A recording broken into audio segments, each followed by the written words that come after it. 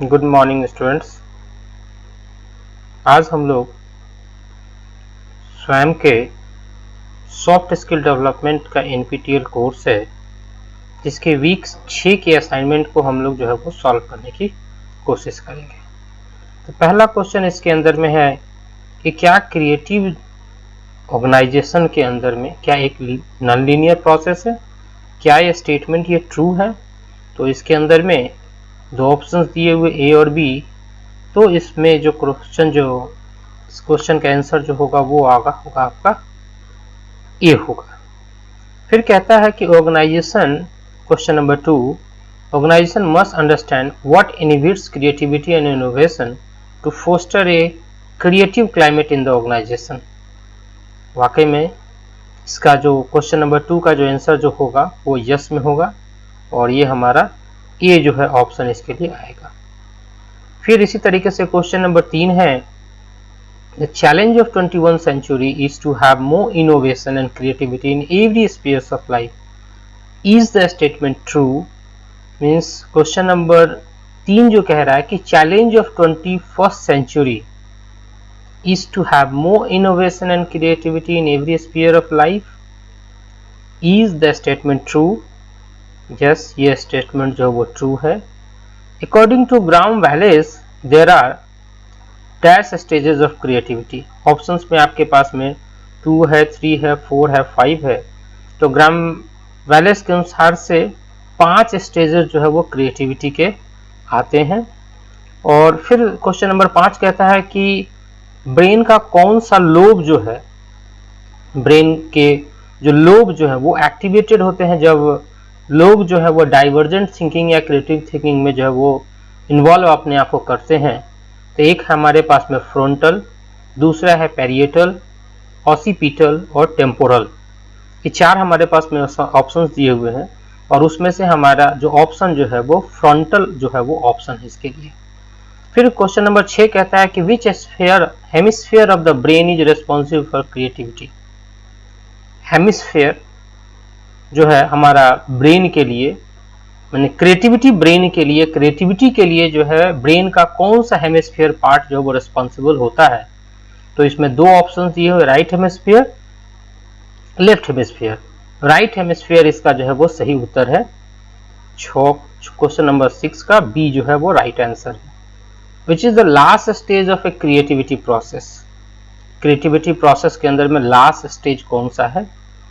तो ऑप्शंस में आपके पास में प्रिपरेशन है, इंक्यूबेशन है, इल्यूमिनेशन और वेरिफिकेशन है। जो लास्ट स्टेज है आपका इसमें जो क्रिएटिविटी प्रोसेस के अंदर में वो आपका है verification process. Illumination is the stage of creativity where, illumination जो है स्टेट ऑफ क्रिएटिविटी जहां पे हम क्या करते हैं, इसमें 3 ऑप्शंस दिए हुए हैं, ए बी सी। ए में है the problem is internalised into the unconsciousness mind and nothing appears externally to be happening. B जो है आपका option, the creative person gets a feeling that a solution is on its way. वे section C का जो option है, where the creative idea burst forth from its pre conscious processing into conscious awareness. तो इसका जो सही answer जो illumination is the state of creativity where the creative idea burst forth from its pre conscious processing into conscious awareness के अंदर में। फिर which of the following methods are used for generating creative ideas. तो कौन सा method जो हम लोग इस्तेमाल करते हैं आइडियाज को क्रिएट करने के लिए। तो ट्रायल एंड एरर है, मीन्स एनालिसिस है, एनालॉगीज है और स्कीमा है। ये 4 जो है मेथड इसके अंदर में दिया हुआ है। कौन सा मेथड हम लोग इस्तेमाल करते हैं आइडियाज को क्रिएट करने के लिए। तो ट्रायल एंड एरर है, मीन्स एंड एनालिसिस है, एनालॉगीज है और स्कीमा है। इसके जो ऑप्शन जो है वो सेक्शन डी है, आंसर डी है।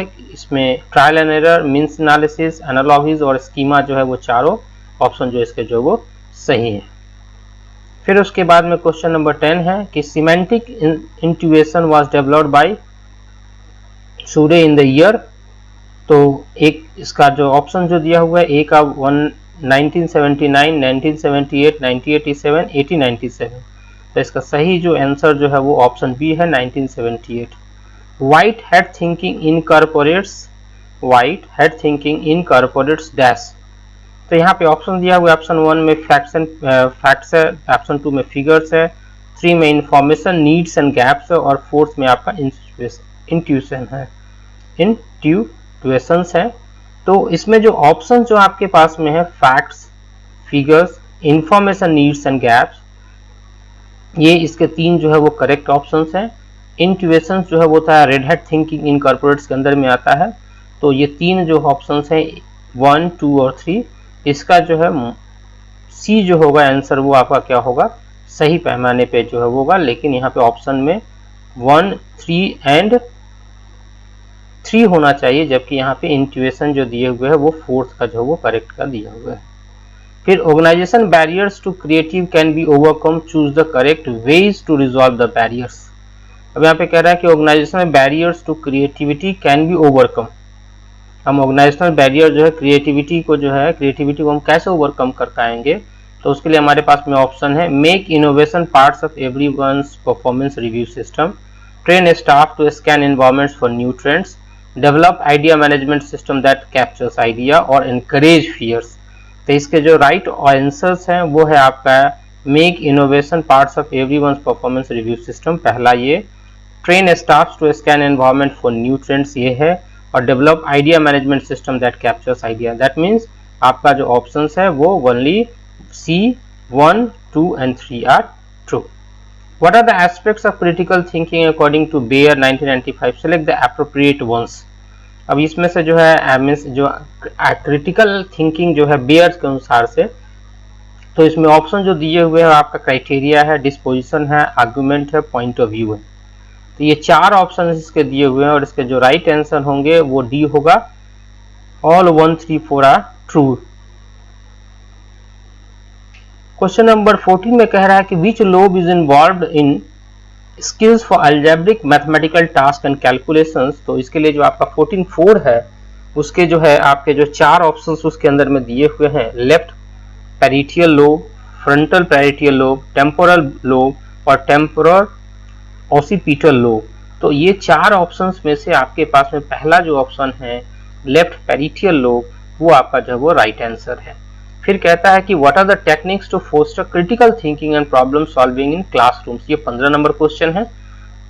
कौन कौन से टेक्निक्स हम लोग जो है वो मीन्स अपनाएं जिससे कि हम क्रिटिकल थिंकिंग और प्रॉब्लम सॉल्विंग जो वो क्लासरूम में हमारा डेवलप हो सके।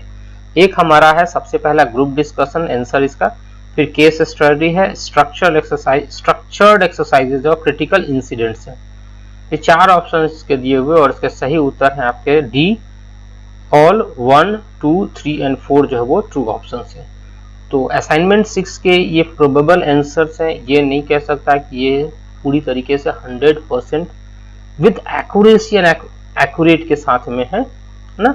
एक मेरा प्रयास है जो असाइनमेंट में आपको सहूलियत हो सके, जो भी स्टूडेंट्स इस कोर्स में एनरोल्ड हैं उनके लिए ये सहायक हो सकता है असाइनमेंट सॉल्यूशन। धन्यवाद।